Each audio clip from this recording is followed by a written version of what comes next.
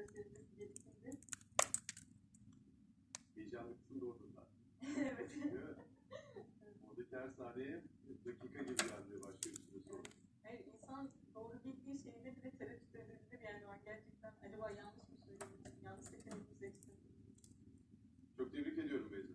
Teşekkürler. Sıra geldi ikinci baraj sorumuza. 15.000 lira değerinde. Hazır mısın? Hazır. Değerli izleyenler, 7. sorumuz geliyor.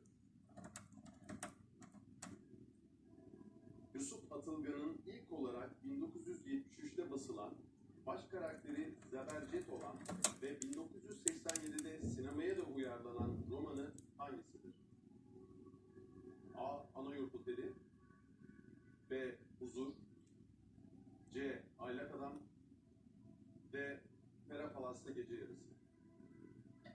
Aylak Adam'ın Yusuf Atılgan'ın bir kitabı olduğunu biliyorum. Ama Aylak Adam'da Bay C vardı sanırım. Biraz okumaya başlamıştım, yarım kaldı. Diğer kitapları da okumadım. Huzur olduğunu düşünmüyorum. Huzur başka bir yazarındı, öyle hatırlıyorum. Ben burada telefonla arama jokerini kullanmak istiyorum. Tabii ki. Yarışmacımız telefon joker hakkını kullanmak istedi. Jokerleri tanıyoruz. Mehmet Yaşar Altundağ, Muhammed Bahadır Kul, Yusuf Berk Oruç.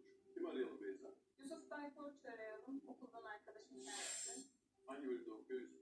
Moleküler biyoloji ve genetik bölüm arkadaşım. Değil mi? Edebiyattan birisi.